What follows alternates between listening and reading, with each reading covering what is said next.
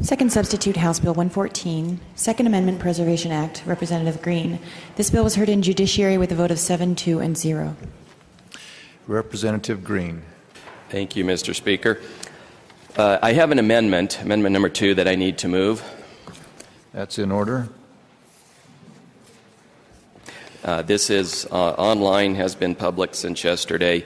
Hopefully you've had a chance to read it. This is a clarification pertaining to the prohibition section at lines 60 through 69.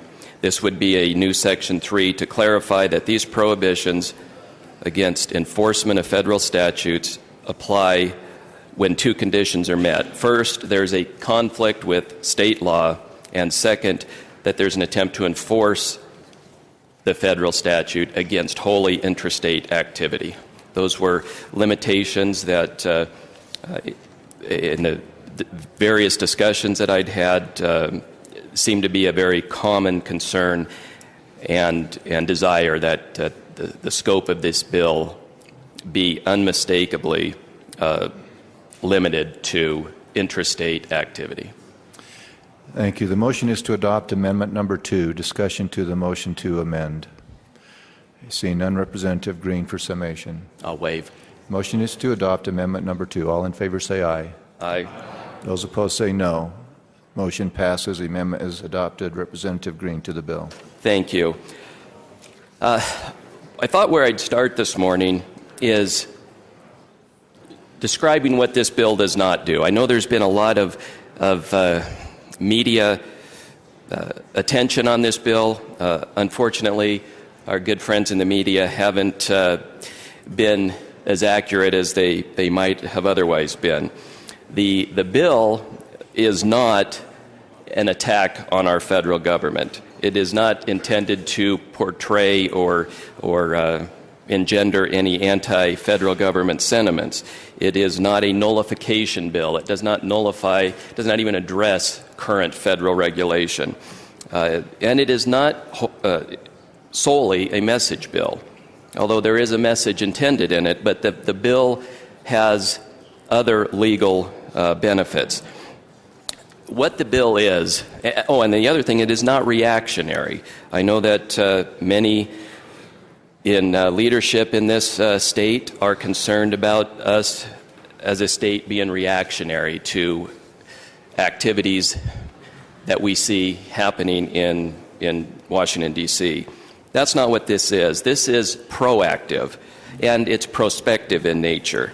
We don't know what the federal government is going to do with respect to sweeping new gun regulations, but we can look back and see what the history has been as far as the federal government encroachment upon state jurisdiction, and even on the inalienable rights of individuals, of our citizens.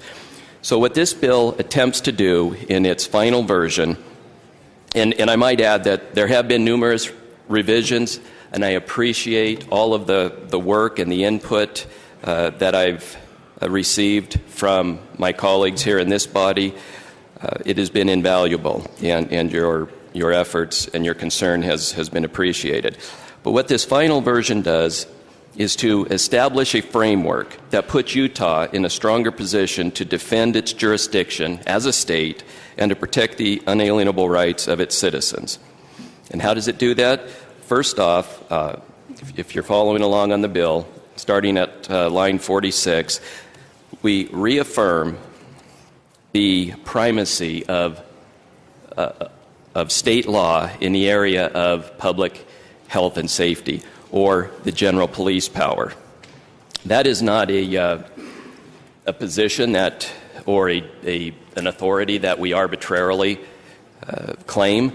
The Supreme Court, as recent as last summer in the Affordable Care Act decision, stated that the general power of governing the health, safety, and welfare of the people, generally referred to as the police power, is controlled by 50 different states and not one national government. we look to the states to defend their prerogatives by adopting the simple expedient of not yielding to federal blandishments when they do not want to embrace federal policies as their own. So, building upon that verbiage and the historical understanding that public health and safety has been solely the domain of states, we reaffirm that authority. And further, the bill, beginning on line 53, asserts that any future federal statute, regulation, so forth, that has the effect or the intent of confiscating or banning firearms, and there's a list of other activities there that infringe upon this Second Amendment right and the right contained and protected in the Section 1, Article 6 of our state constitution, would be considered by its very nature, by definition, an infringement on those rights. Now, the bill stops short of making any declaration that that would be an unconstitutional infringement, but nevertheless, it puts the federal government on notice that we consider that an infringement, and we'll look very carefully at it. The bill then goes on to prohibit specific actions by our state officers and federal officers of enforcing any federal statute that meets the two criteria that set forth in the amendment that we just adopted. First, there has to be a conflicting state law, and under our reaffirmation of state law supremacy, that would make sense. Second, that these must be activities, or there must be enforcement of those laws against activities that are wholly intrastate. So this was refined in this manner because there were concerns about the TSA performing their duties, the Drug Enforcement Agency performing their duties, oftentimes where firearms are involved.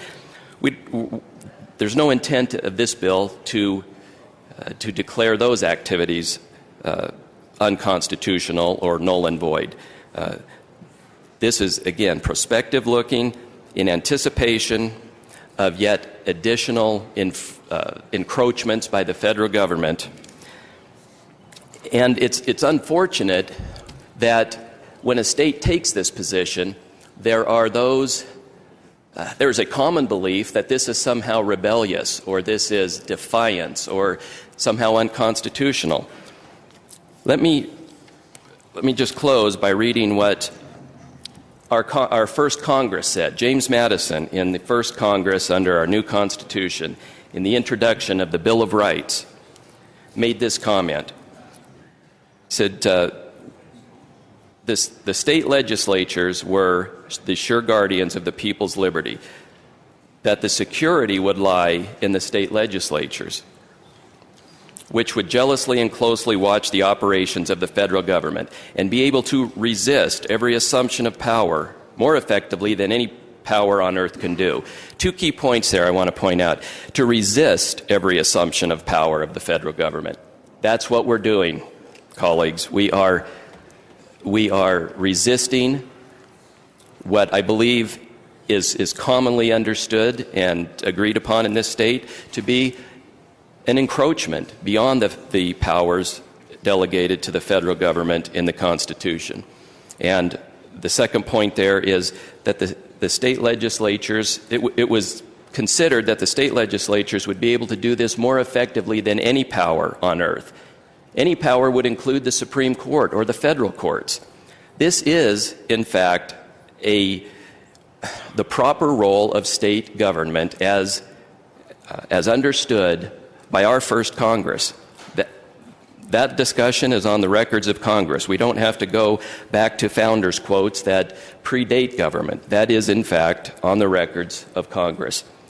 I submit to you that this is proper, that it is prudent, and that we should adopt this legislation so that we are in the best position possible to, if and when the time comes that we need to defend the jurisdiction of this state and the liberties of our citizens. Thank you.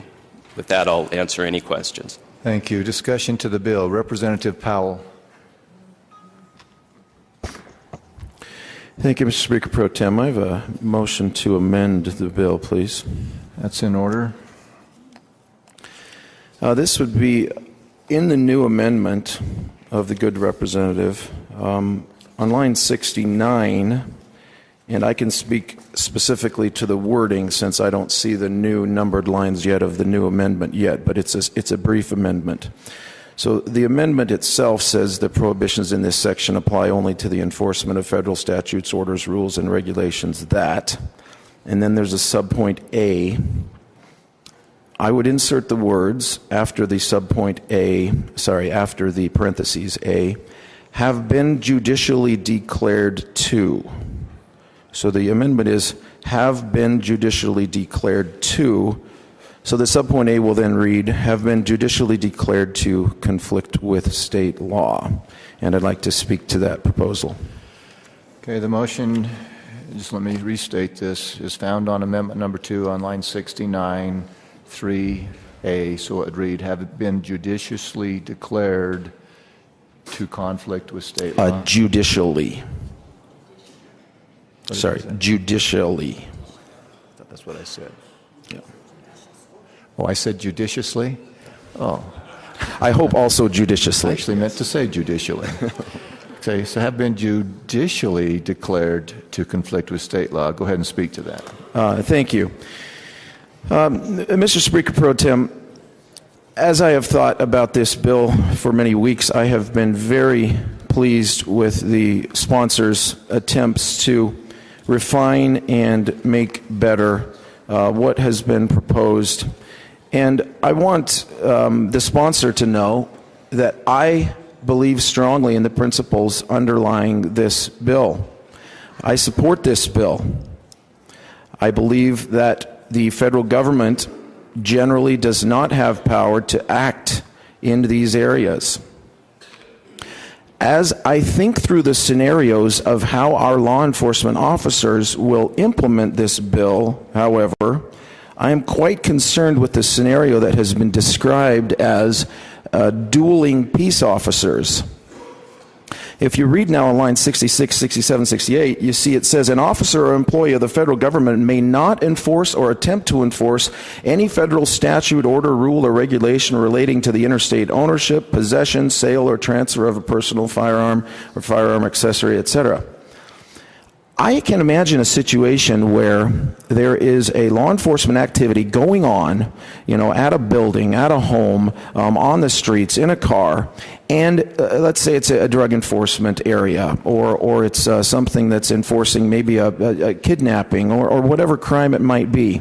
And on the scene, we have federal officers and state officers. Now, under this bill, it seems to me that if this is law, the state officer or the city officer or the sheriff, the county sheriff, may be forced into a situation where he or she says to a federal officer, just a minute. They just passed a law at the Utah legislature that says an officer or employee of the federal government may not enforce any firearms regulations. And you're going to try to charge this person with a federal firearms regulation. And so, Mr. FBI agent, I'm going to need you to get back in your car. You can't participate in this particular activity. That is the situation that I see coming up with the language of the bill, because we don't know who it is that's determining whether that law conflicts with state law, federal law, or state law, as the appropriate and good amendment has now proposed. In 1995, the United States Supreme Court decided in U.S. versus Lopez that the Congress could not pass a law that regulated guns in school zones. Now, this was a very appropriate decision because Congress doesn't have any authority to run schools. That's done by our states and by our local communities. And in the 1995 decision, the U.S. Supreme Court went through some very deliberate analysis to analyze our U.S. Constitution and decide what the standard should be. What that decision for me signifies is, in this country, we live by the rule of law, not rule by force. We have to wait until our courts decide what the law is, and then we move forward and act. Unfortunately, when you're dealing with firearms issues, there is a great danger that we may act instead by the rule of force, and it would be very dangerous force if we don't wait until our courts have ruled. You know, many people have asked me over the years, why did you ever vote for that public lands bill? What was that crazy idea of taking away the lands from the federal government, and now it's held unconstitutional, and we got this big fight? Well, I'll tell you what's the difference in my mind between that bill and this bill. That bill set up a very important process by which we can decide whether our rights have been violated, and I believe they have in the area of public lands, and I think that they're close to being violated in many instances in the Second Amendment issue. But what I won't stand for is a situation where we are deciding that issue on the streets of our cities in the middle of potentially a gun battle. That decision needs to be made in the courts.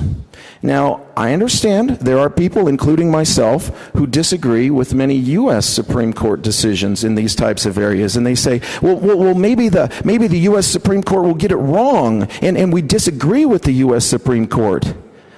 Well, I would say the answer to that is make sure you get your chosen presidential candidate elected, and make sure you get your chosen Supreme Court justices appointed to our U.S. Supreme Court, because that is ultimately where the buck stops. This is our system, and it's a system that we have to live by and abide by. And 200 years ago, when the Second Amendment... Representative Powell, let's please address the motion to amend. All right. Thank you, Mr. Speaker. Discussion on the bill. Okay.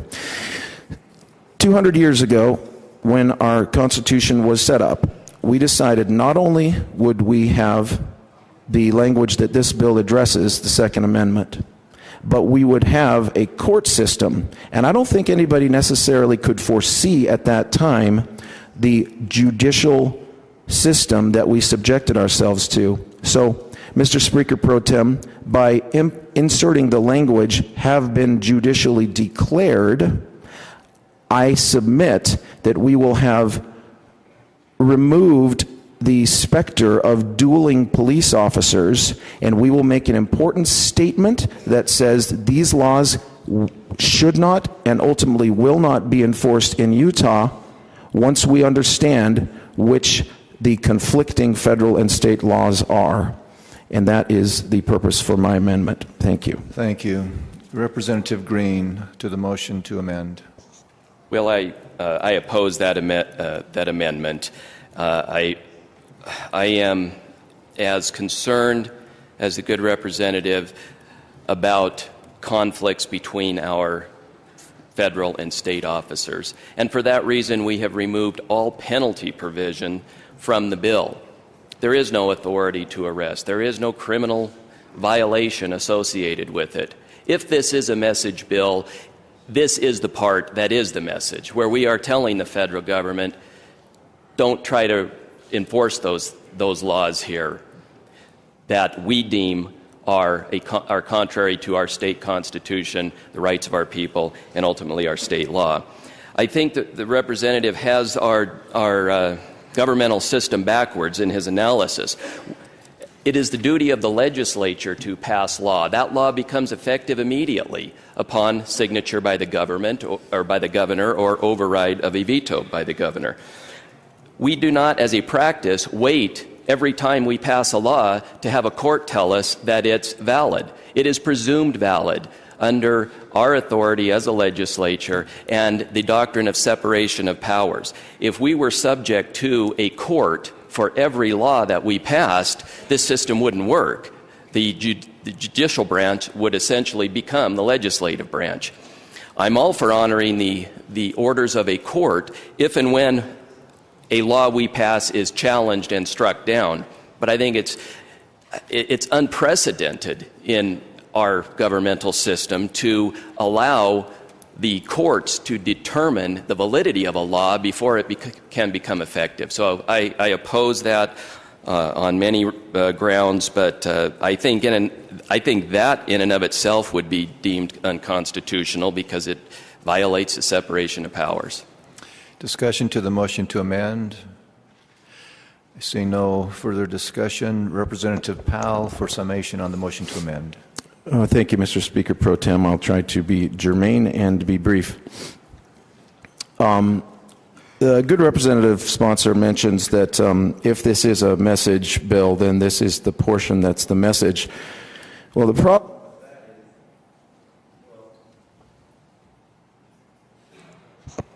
Go ahead, Representative. Thank you, Mr. Speaker Pro Tem. The problem with that analysis is it is a bill, and it's not a resolution. If it's meant to be a resolution and send a message, then it needs to be a resolution. Instead, it is a bill, and it says an officer of or employee of the federal government may not enforce or attempt to enforce any federal statute, order, rule, etc. That is a bill, and that's the governing law if this bill passes.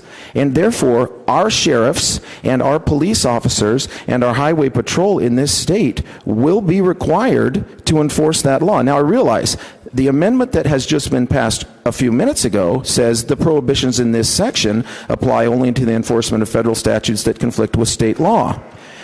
So the question becomes, under the sponsor's analysis of just a minute ago, who has it backwards? The bill says only those prohibitions that conflict with state law are governed by this bill.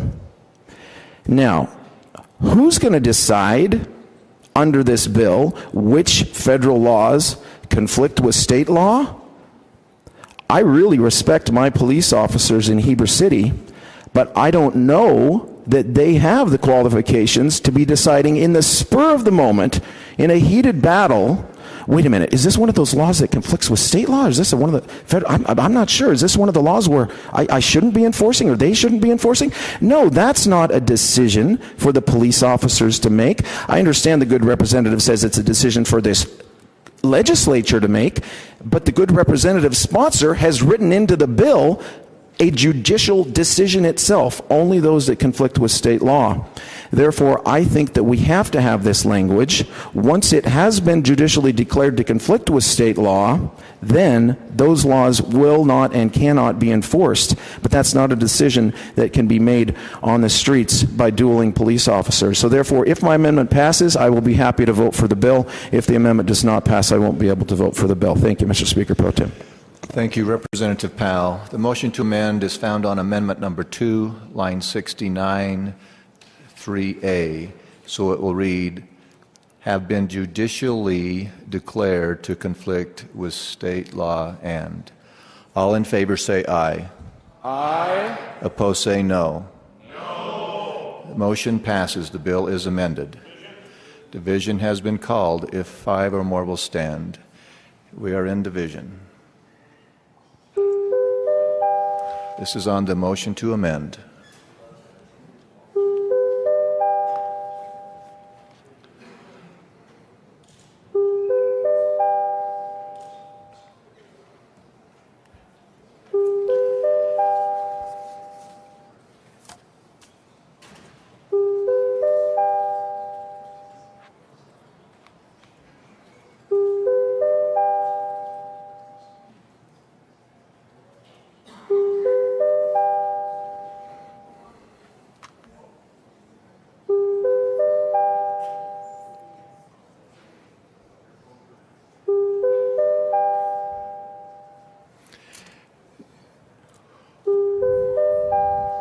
Seeing all present having voted, voting will be closed. The motion to amend, having received 39 yea votes and 25 nay votes, passes. The bill is amended. Discussion to the bill.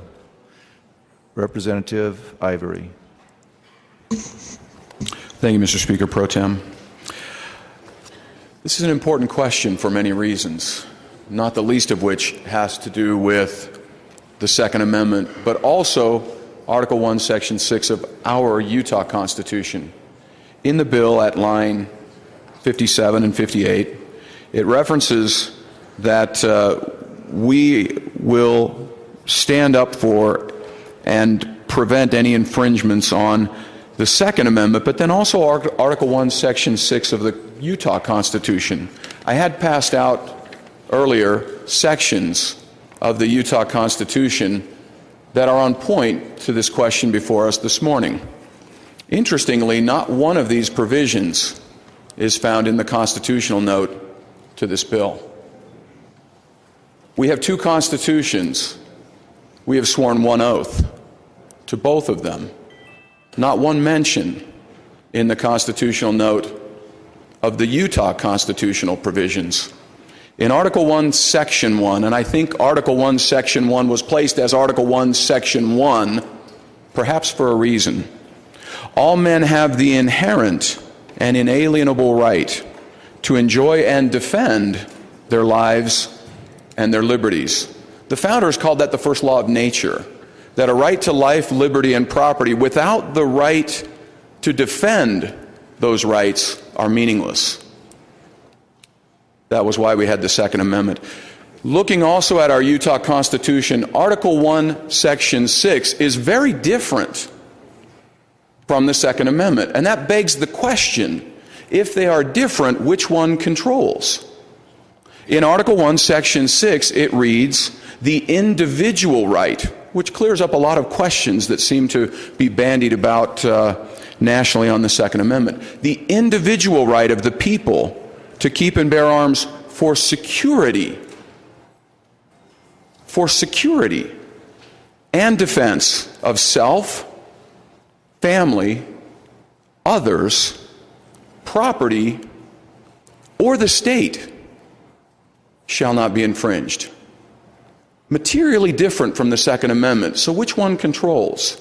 Well, the Utah Constitution, I would submit to this body, underwent more scrutiny before it was approved, more scrutiny by the federal government than any other state constitution in the nation.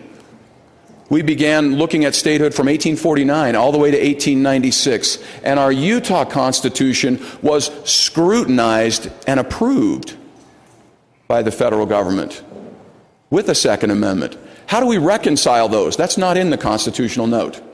We're bound by this. That's our oath. How do we reconcile those? Well, that's when you look to the rules of construction in the Constitution. The rules of construction in the U.S. Constitution says all things not delegated to the United States government, nor prohibited by it to the states, are reserved to the states or to the people. Why that line, or to the people? Because in Article 1, Section 2 of our Utah Constitution, it says all political power is inherent in the people. And the people had allocated, even before the U.S. Constitution came into existence, the people had allocated the rights that they were willing and not willing to delegate to government. And so with the Second Amendment, some states had already allocated whatever delegated rights they would give to their states before the U.S. Constitution ever came into existence.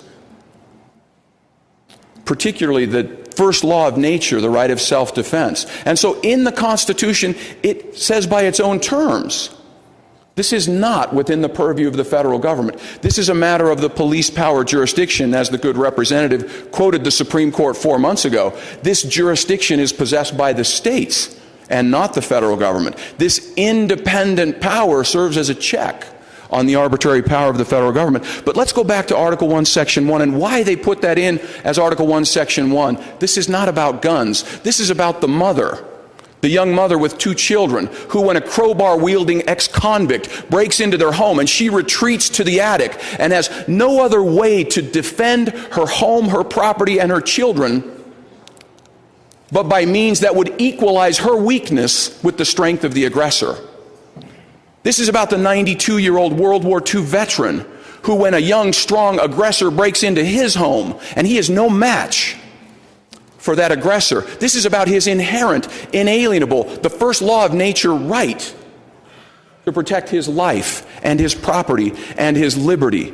This is about the 14-year-old boy in Arizona who was left home to babysit his younger siblings, and who, when a 37-year-old convict armed breaks into his home, and he is no match physically for that intruder, that aggressor. It's about his inherent, inalienable right to preserve his life and the life of his siblings and their home.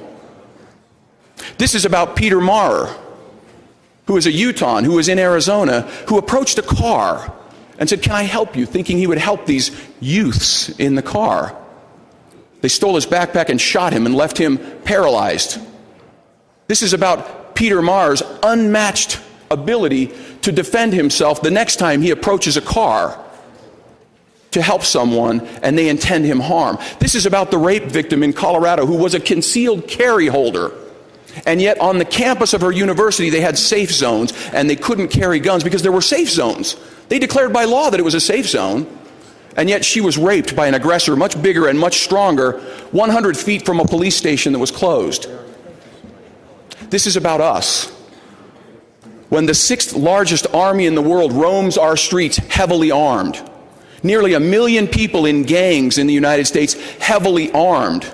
This is about our first law of nature, our inherent unalienable right to protect our lives and our liberties and our homes and our families and our state. This is in the Utah Constitution that we swore an oath to, that's nowhere mentioned in the constitutional note to this bill.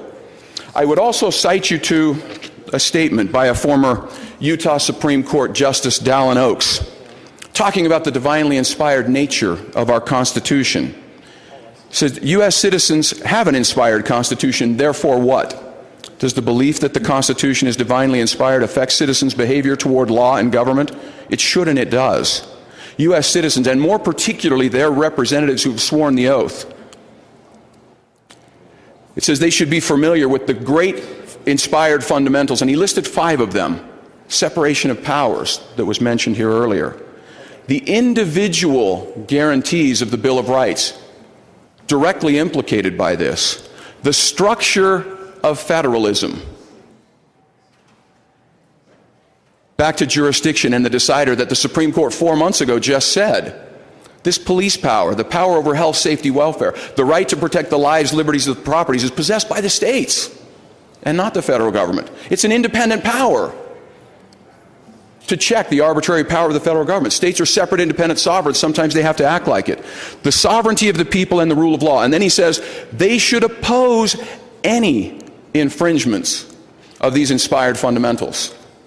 We've been charged by our citizens. We've been charged by those who put us here to oppose any infringements of these inspired fundamentals. In conclusion, why do we suppose, immediately, why do we suppose that federal agents that we've seen and shown through the Constitution, through the opinions of the Supreme Court, have no jurisdiction over the inherent inalienable rights of our citizens? Why do we suppose that they would come in guns blazing and immediately would be a blue-on-blue conflict?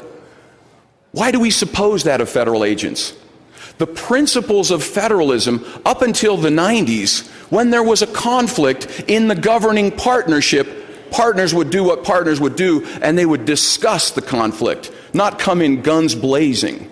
Why would we suppose that the federal government would come in guns blazing? Why do we suppose that? I reject that notion. Federalism presupposes, as a governing partnership, we work together on conflict to understand our respective spheres. Because as the Supreme Court also pointed out, quoting Federalist 39, that the municipal sovereignty, the municipal supremacy forms a distinct and independent portion of the supremacy, no more subject to the general government in its sphere than the general government is subject to the municipal governments in its limited sphere as constitutionally delegated. Supremacy is not a one-way street. The federal government, according to the Supreme Court recently in the Prins versus U.S. case, supremacy, the federal government is supreme in the limited and few things delegated, states supreme in everything else. Colleagues, this is as important as it gets. Why are we here? Why are we here if not to protect the inherent inalienable rights of our people as set forth in our Constitution? I would encourage your support. Thank you. Further discussion to the bill. Representative Arendt. Thank you, Mr. Speaker Pro Tem. I appreciate the changes that have been made to this legislation, but I still have serious concerns about its constitutionality. I take very seriously the advice of our trusted counsel. It's a very high bar that we've given them before we can receive a constitutional note on a bill. I know that you all have that. And it also strikes me as somewhat ironic that some of the major supporters for this legislation, those who have contacted me, are contacting me to protect the Second Amendment with a bill that our counsel says violates the Constitution. I'm not going to read the entire opinion that we have, and I'm going to leave out some of the legal citations, but I do want to read a few of the lines. Our counsel has said that the United States Supreme Court has long recognized that state laws that conflict with federal law are without effect. Federal laws include a provision declaring the federal law as controlling if a state law conflicts with federal law. These provisions, coupled with the United States Constitution's Supremacy Clause, suggest there is a high probability that this legislation would be held unconstitutional. While this legislation itself limits itself to wholly intrastate conduct, it is not beyond the reach of Congress's power under the Commerce Clause of the United States Constitution. Judicial interpretation of federal firearms law has held that Congress has the power to regulate wholly intrastate conduct. This interpretation of federal firearms laws is consistent with the U.S. Supreme Court's rationale for allowing regulation of other wholly intrastate conduct. In conclusion, this opinion says, this legislation purports to limit the reach of the federal law and is inconsistent with existing federal firearms provisions. Based on the federal statutes and case law described above, there is a high probability that a court will find that this bill violates the supremacy and commerce clauses to the extent that it conflicts with current federal regulation of firearms. Like every day we pledge allegiance to the United States of America. We have all sworn to uphold the entire U.S. Constitution. And I wonder how we would feel if a political subdivision of our state decided that a certain law passed by this body would not apply in that subdivision. Can you imagine how outraged we would be? I ask you to take seriously the opinion of our counsel. We have hired them to give us those opinions. I don't challenge their opinions. I think we need to understand what they've said. They didn't write this lightly, and I ask you to oppose this legislation. Further discussion, Representative Peterson. Thank you, Mr. Speaker Pro Tem. I rise in support of this legislation on practical grounds. We have to ask ourselves, what happens when the federal government passes a draconian law that conflicts with the patchwork of community values across this nation? We have to go back to the Prohibition to see what happens when laws are passed that conflict with the varying mores and values of different communities. Not all states are created equal. We all have different histories and values. What happened during the Prohibition is pretty obvious. There was a development of black markets. There was smuggling. There was organized crime. There are things that occurred as unintended consequences of that action. What I think the representative has done here is created a construct for us to fall back on in the event that something like that were to occur, whether it's through a constitutional amendment or just Congress passing laws. And so for that reason, I stand in support of this bill, and I think it's good legislation. Thank you. Thank you. Further discussion, Representative Cunningham. Thank you, Mr. Speaker Pro Tem. Early in this session, I was asked to be a co-sponsor of the bill. And I wanted to, at that time, stand up in big-time support, and this being my props, showing my concealed weapons permit and my NRA card. That I'm a big supporter of gun rights and our Second Amendment. On my desk, I have every day, I take and I look at the Constitution and I look at the amendments. And what we have is sworn an oath and a duty to defend the Constitution of the United States and the Utah Constitution. And I look at that, and just to refresh everybody's memory, when we look at the Second Amendment, a well-regulated militia being necessary to the security of a free state, the right of the people to keep and bear arms shall not be infringed. That's not in dispute. Representative Ivory talked about Article 1, Section 6, the right to bear arms. What he forgot to read was the last line of that article. So let me read that. The individual right of the people to keep and bear arms for the security and defense of self, family, and others, property for the state, as well as the other laws, lawful purpose shall not be infringed. But nothing herein shall prevent the legislature from defining the lawful use of arms. I think it's interesting a lot of times that we use these quotes and we use half-isms. We don't finish using the entire law or right or article or code. I wanted to finish that. For my good legislator from Heber, Representative Powell, I commend you for the amendment. I have struggled with this bill since it came out. I had asked my name to be taken off as a co-sponsor of the bill.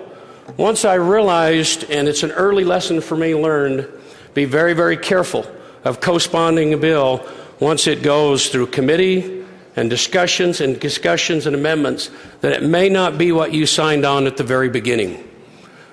That's something that I have learned, and will value that like you cannot believe as I go forward in this process for how many years that it is. I'm in total support of the bill up until we get to the line 70. Then all of a sudden, we get into, when we look at it, the Constitutional Defense Council. I will thank Representative Christensen for helping me clarify why that needed to be put in. Now, last night, I was so concerned about this, I called 10 of my constituents that are delegates of mine. I said, please read the bill. You elected me.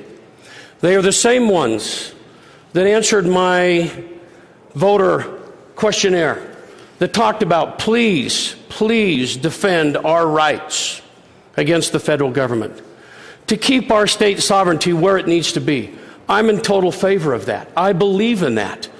But as they called me an hour and sometimes 2 hours later into the night, they said, Rich, we are very concerned that we have taken a Second Amendment bill that we all in here know that we need to cherish and fight for.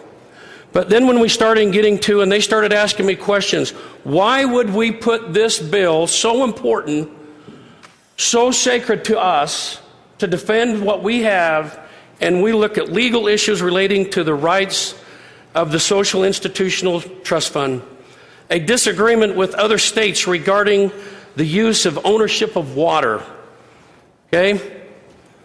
Federal courts hinder the management of our state prisons and place undue financial hardship to the taxpayers. The conflicting, when you get over to 96 and 97, another part, great on the bill. But I'm looking at this as you look at this. This is what my constituents are trying to find out and ask, why are we doing this? I think I can go back because of the explanation from Representative Christensen that I can help me with that. But I'm going to ask Representative Green to be able to ask him that question, why we did this. But I also wanted to point out, just in closing of this, when I looked at the constitutional note from our great legal people that we have that help us with all of these issues, I have to look at that. What I found that was interesting, when you get to the bottom, the United States Supreme Court has long recognized that state laws that conflict with federal laws are without effect. And it goes on and has further held that an individual cannot be guilty of a state crime if an individual is acting necessarily and properly under the authority of the law of the United States. Cunningham versus Nagel. Thought that was interesting. Haven't done my genealogy yet to see if they're related, but I did Google it and I looked it up. And what it was Nagel was a federal agent, okay, that was doing some federal work. Cunningham was a state agent that arrested the federal agent, and then it went to the Supreme Court. Just by that. I think I need to take a serious look. I know that we need to defend it. And I know now that I can go back and sit with my constituents and have an honest discussion with them about what we're doing because of the amendment. But I would like Representative Green, please help me so I can go back to my constituents and help them understand how we are tying all this to the duties of Section 63C-4-102, because at this point it had nothing in there that talked anywhere about guns or firearms, but all the other things that the good Representative Ivory continues to defend, and I will help him defend with those issues. But I would like that question answered, just so I can go back to feel good about talking to my constituents, if you would, please. Thank you, Representative Cunningham. Representatives, that was a question? That's the question, to just talk about why that whole section was put into the Second Amendment bill. My first was I'm sorry, go ahead.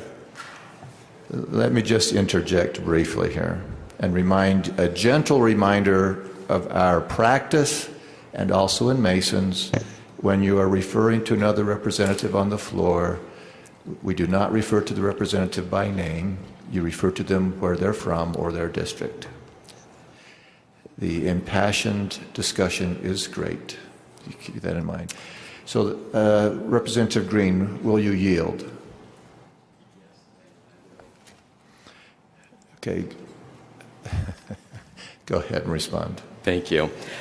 And I appreciate the opportunity to respond to this, because this is in no way an attempt to intermingle any of the trust lands, public lands issues with this issue. We have a Constitutional Defense Council. It has existed for years. The Constitutional Defense Council is charged with looking at many things, and it's not just the trust lands. If you read through that, and this is the way that the statute was drafted. I would have preferred if they had just said insert after such and such section of Code Section 63C-4-102, this simple sentence. But the way ledge research drafts these bills is, if your amendment applies to a section, they list the whole section there. So we have the whole section, but none of that language is new except for what is found on lines 96 and 97. So you have to read that in conjunction with line 83, which charges the Defense Council with looking at the advisability, feasibility, estimated cost, and likelihood of success of challenging. There's a list of things there. The first one is federal court rulings. Didn't touch that one. Then you go to 91. So that's a continuation of that first phrase. Federal laws, regulations, or policies that, and then there's another list of qualifications. We inserted one more, that infringe upon the fundamental rights of Utah citizens protected under the Constitution of the United States or the Constitution of Utah. Doesn't apply only to Second Amendment.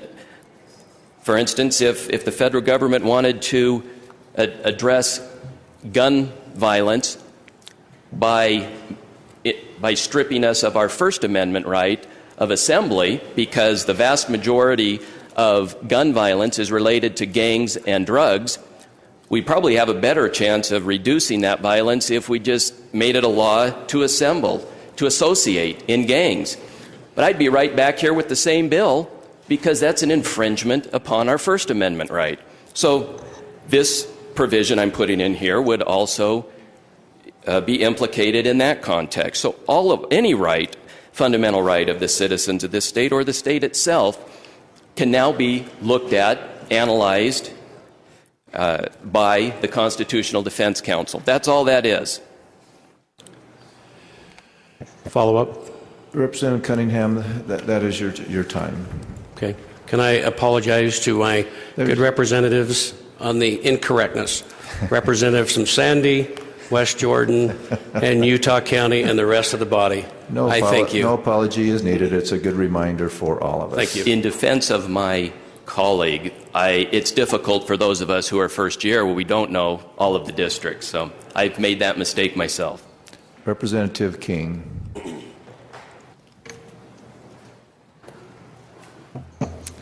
Thank you, Mr. Speaker Pro Tem.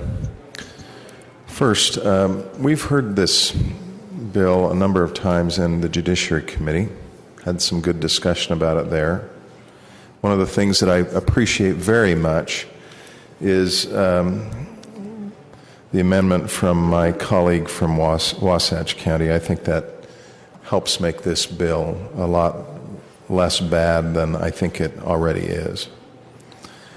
One of the things that we have received, those of us who, I'm sure that everyone in the body has received a lot of email on these issues and on this bill, but those of us on the Judiciary Committee got hundreds, thousands of emails, many of them talking about the need for us as legislators to defend the Constitution and our oaths to uphold the Constitution and defend the God-given right that exists for people to bear arms. I was very direct about responding to that in our last Judiciary Committee meeting. I said, this is not a God-given right that we're talking about here. This is a constitutional right. The two are not the same. And I had people emailing me, waving their arms and howling and telling me how outrageous this was, that how dare I say that the right to bear arms is not a God-given right. Well, we've got to be very careful as legislators because we take an oath to uphold the Constitution. And if we substitute God for the word Constitution in the oath that we take, we get ourselves into a lot of problems. Because I have a sense of the God that I worship, but it may very well be different than the God that's worshipped by my neighbor across the aisle. So it's absolutely critical that we keep solidly moored to and grounded on constitutional principles. So when I hear some of my colleagues talk about more amorphous terms, such as the law of nature, or the inherent right of self-defense, or, quote, inalienable, unquote, rights. Language sometimes that's broader, that's taken from the Declaration of Independence, is what sometimes people rely on in talking about an expansive reading of Second Amendment rights. That gives me concern. Those are not the things that we're talking about, colleagues. We're talking about such absolute and well identified and well interpreted terms as the terms of the Second Amendment and the terms of the Supremacy Clause in the Constitution, the terms of the 10th Amendment. In short, we are a nation. We are not merely a collection of 50 state sovereigns. And as a nation, we are committed, as lawmakers, to be governed by the Constitution of the United States, not the Constitution of the state of Utah, should there be a conflict between the two. I want to be very clear about this. What I've been hearing today from some of my colleagues is troubling because it sets up what I think is constitutional heresy. It suggests that where there is a conflict between the terms of the U.S. Constitution and the terms of the Utah State Constitution, the Utah State Constitution prevails. That is not true. Period. End of story. I think we resolved that question in a little incident known as the Civil War. We're not ruled either by expediency or circumstance. We're not ruled, and we don't determine what actions we take or don't take as lawmakers by terms such as inalienable, God-given, law of nature, or, quote, inherent right of self-defense, unquote. I could have put quote marks around any one of those phrases. And the reason we're not ruled by those things is nobody really knows what they mean. They sound good, they have meaning in our hearts, they have meaning in our minds. I'm not saying they're garbage phrases, they're important to me too. But they have to yield in the face of constitutional analysis. And that's why, to get down to it, This language that we see in the constitutional note from our Legislative Research and General Counsel's office is critical, and we have to look very closely at it, and we have to stay close to it. One of my colleagues, my good friend from South Jordan, who I have great respect for, affection for, said, look, it's crazy, it's a suspect thing to me that there is no reference to the Utah State Constitution in the constitutional note. Well, it's a very simple reason there's no reference to the Utah State Constitution in the constitutional note. The Supremacy Clause makes clear that if there's conflict between the Utah State Constitution and the U.S. Constitution prevails. So all the language that we're talking about that's been referenced in the blue sheet that was handed out to us in the Utah State Constitution, is it helpful? Sure. Is it necessary? Absolutely, when there's no conflict with what the U.S. Constitution says or with what the U.S. government is doing as it interprets the U.S. Constitution. I'm happy to be guided and led and have great fidelity to the Utah State Constitution when we're not dealing with conflicting language from the United States Constitution, or when we're not dealing with conflicting action from the U.S. government. But the nature of the bill itself sets up a framework where it says if there is any determination of conflict with what the U.S. government is doing, we are going to basically ignore the U.S. government, and I don't think that that's a constitutional bill. That's the reason that I am voting against this bill. We're a law, in short, in conclusion, when we start becoming guided more by amorphous language about inalienable rights, about God-given rights, the law of nature, or inherent rights of self-defense, we're moving away from a nation that is governed by the rule of law, and we're moving toward a state and a nation that's governed by raw passion and emotion and how I feel and how deeply I feel about something. That makes me concerned. I can't support a bill that moves us as a body or as a state in that direction. Thank you. Thank you. Further discussion. Representative Christensen. Representatives, this has gone on a long time, and if it was just to the final vote, there'd be no reason to speak. But there's a record kept of what's happening here today, and I can't sit back and not make a statement for the record, especially what I just heard. The laws of nature and nature's God are self-evident truths. What does it mean to be self-evident? You wouldn't expect to have to debate it. You wouldn't expect to have it challenged. Let me just put things in context. You can differ with religious liberty on who you worship, and you should, and we respect that, and we protect it, and we defend it. But we have a common faith and a creator, ultimately a creator. Can anybody dispute that? You're free to disagree if you want. But to suggest, remember what Hamilton said when the ratification, the Constitution was hanging there, whether it would be ratified or not? He said, don't worry about the judicial branch. It's the least dangerous branch of government. That was then, not now. Welcome to the world of amorphous phrases in the name of law. Commerce Clause, just a phrase. A famous case, a farmer in the Midwest decides he's just not going to grow a particular crop. He has the freedom to choose what he grows and what he doesn't grow.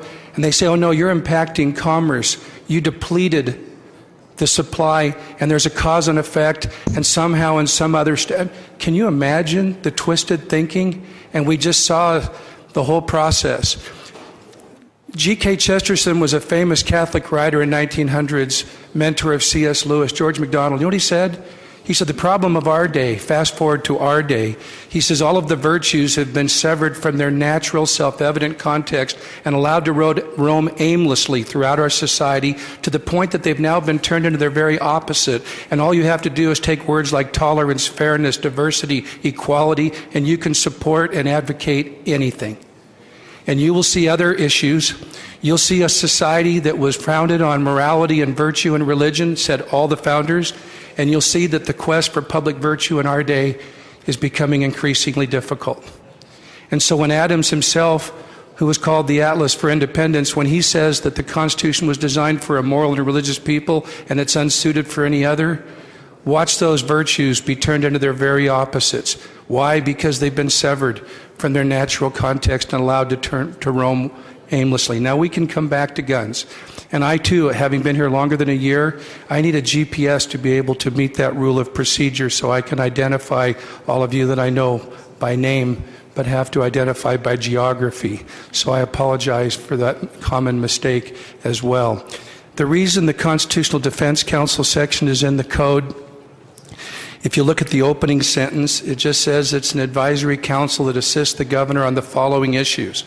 There's no interrelationship between guns and trust lands. It's a list of areas where we interact with federal law, and the advisory council fulfills a role. As has been pointed out, this is an area that would fall in that category, so it's just being added to the list. There's nothing there that blurs the lines. Here on this is that to say that we're just, as you know, and again, this is for the record, the 9th and 10th Amendment, it was understood that we the people come first.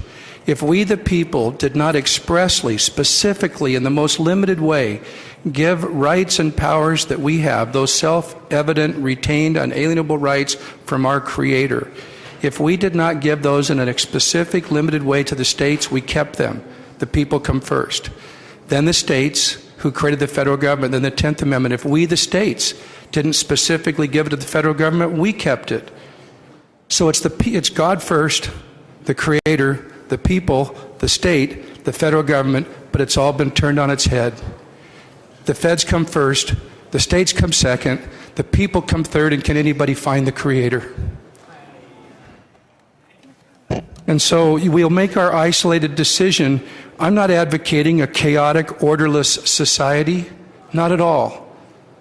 But is there anything the federal government can't call commerce?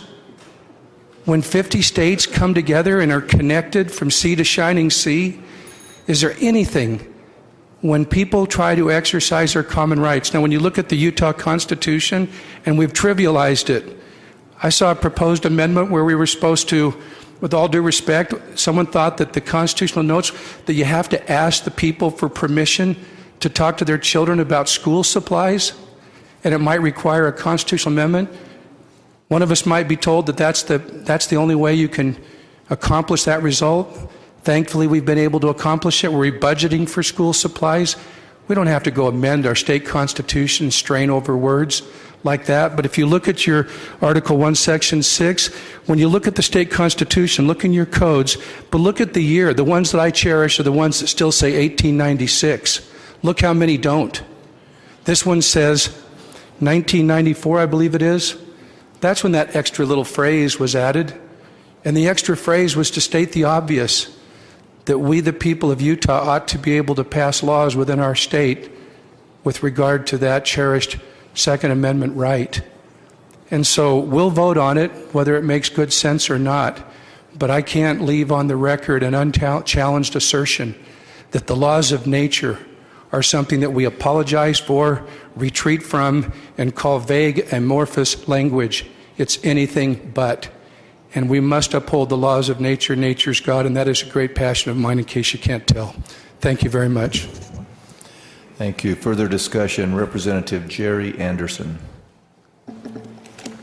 Thank you, Mr. Speaker Pro Tem. I rise in support of this bill, and I'd like to give a little historical perspective. When my great-great-grandfather plowed the first irrigation ditch in Salt Lake Valley in July on the 25th of 1847, he had no idea that water would become a federal designated bit of stuff.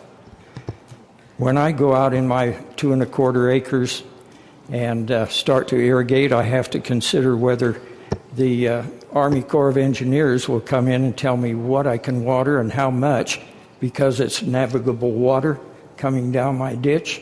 I don't think so. I think we need to draw the line somewhere. So do I draw the line of where I tolerate this between the rows of carrots and squash, or do I get to go down to the potatoes? It's all an interesting situation. I find that there's a problem. We have a very dangerous highway between Salt Lake and Price. The people. Point of order. State your point. Just a moment, Representative Wiley. Go ahead. Thank you, Mr. Speaker Pro Tem. Is this germane? I mean, we're talking about Second Amendment rights, and he's talking about vegetables. I can't correlate the two.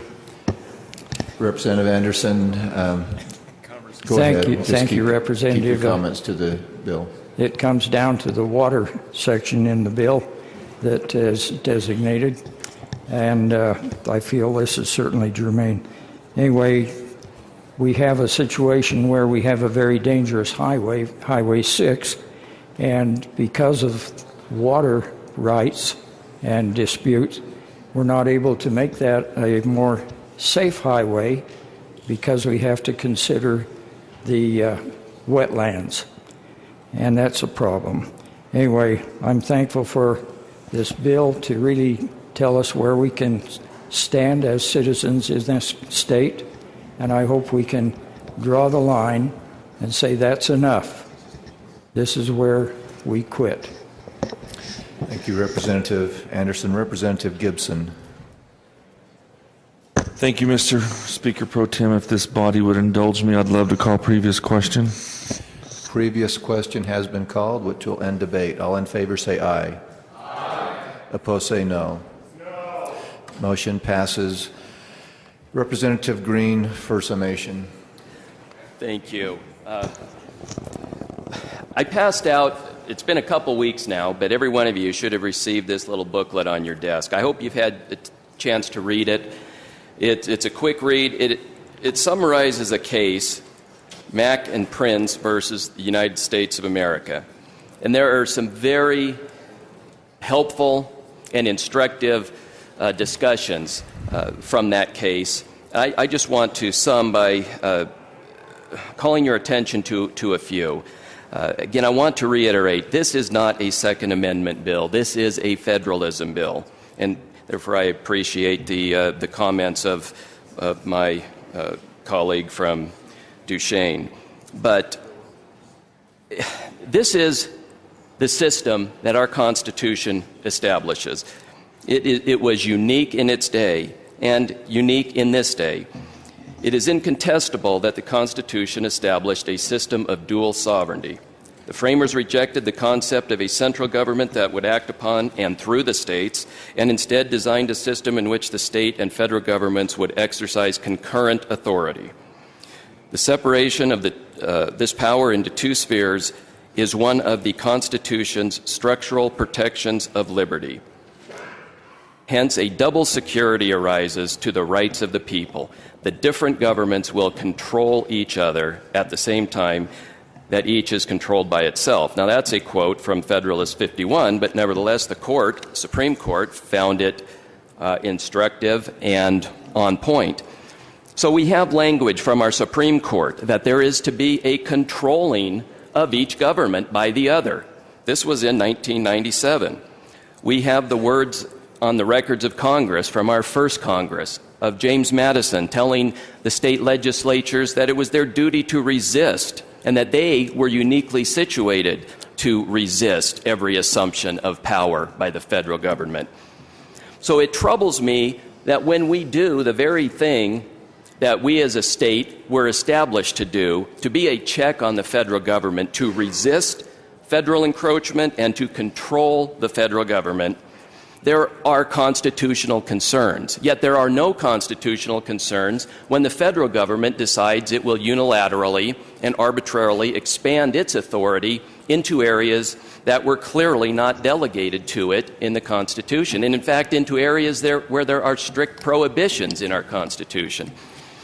One of the good representatives who spoke talked about a conflict, that this issue of supremacy has been determined or has been resolved when it comes to a conflict between the federal Constitution and the state Constitution.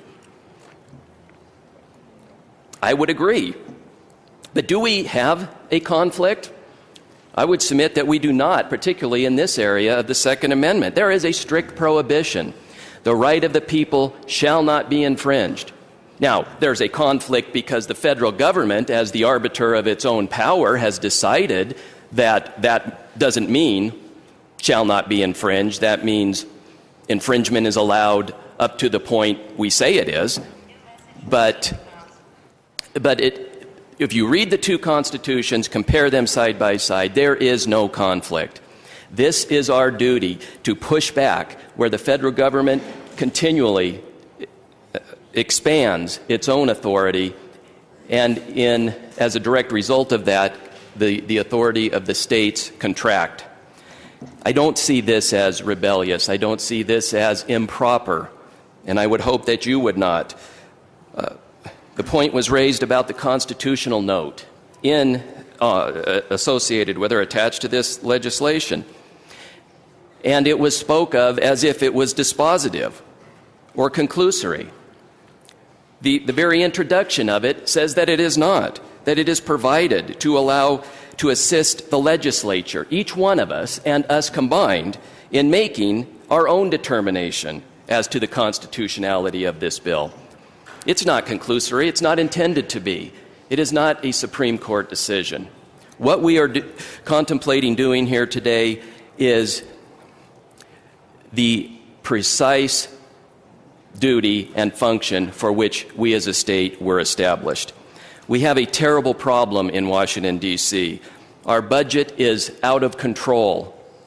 And, well, let me rephrase. We don't have a budget. Our spending is out of control. Our debt is out of control. And why is that? Because for the last 100 years, states have not been doing this duty, have not been controlling the federal government, have not been resisting encroachments by the federal government. We had Obamacare implemented a couple of years ago. First thing we did was hire tens of thousands of new IRS agents to administer that. If we have broad, sweeping federal gun regulation, guess what? We're going to have tens of thousands of more government officials, federal officials hired to enforce that. And the expenses will continue to grow. Our debt will continue to grow. We as states are every bit as responsible for this terrible fiscal position we're in, every bit as responsible as those in D.C., because we have allowed this to happen. We have been asleep on our watch. Do we have the power to do this? I believe so. Do we have the authority? Yes. Can we make an impact? I believe so. There are 27 states as of today who have introduced this legislation or a version of it within their legislatures in 2013. That could have real ramifications. That could have a huge input or impact on what the federal government ultimately does.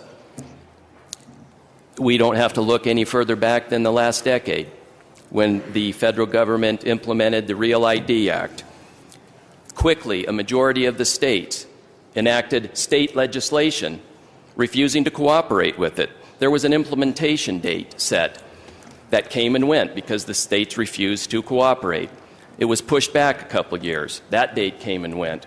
Just this last December, the federal government pushed the date back again because we had a December 2012 deadline for implementation nationwide.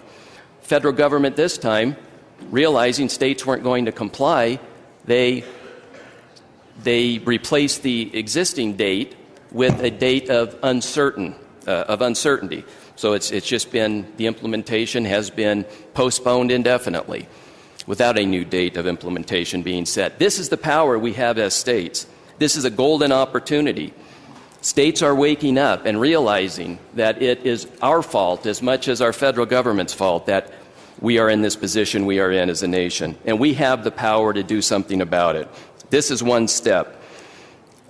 My only regret is that the context we're dealing with here is firearms. But that was by choice of the federal government when they worked themselves into a frenzy after the terrible events in Newtown, Connecticut last December. And based on history, we know where that's going. We know that whatever laws they can get passed to control states, to increase their power over states, and to infringe upon the individual liberties of us as citizens, they will do. This is our duty, I submit to you respectfully. I understand the concerns. I understand the constitutional questions. But if we just rested every time the federal courts made a decision we didn't agree with, we'd still have slavery today. We'd still have a civil rights mess because, after all, the federal court, the Supreme Court, ruled in Dred Scott decision that somebody of a different race could be property. It did constitute property of another. That was the law of the land. Should we have not challenged that? Should that have been dispositive? Should that have been the end of the decision and the discussion? Absolutely not. This is the way we refine our system. We do not announce our surrender before the battle has begun. And that's what we would be doing if we did not push back. Let me just conclude. If I can find my notes here, with a quote from a recent Supreme Court decision, New York versus United States. We have to be vigilant when there is a crisis that our federal government can take advantage of. We saw it with the fiscal crisis in 2008. We saw it with the health care problems. We're willing to submit our autonomy, our personal liberty, subject that to the federal government because they promise us a solution. And this is what the Supreme Court has cautioned us on that point. It is in times of crisis that the Constitution protects us from our own best interest. It divides power among sovereigns and among branches of government precisely so that we may resist the temptation to concentrate power in one location as an expedient solution to the crisis of the day. Let's not allow. That's your time, Representative. Voting is open on second substitute House Bill 114.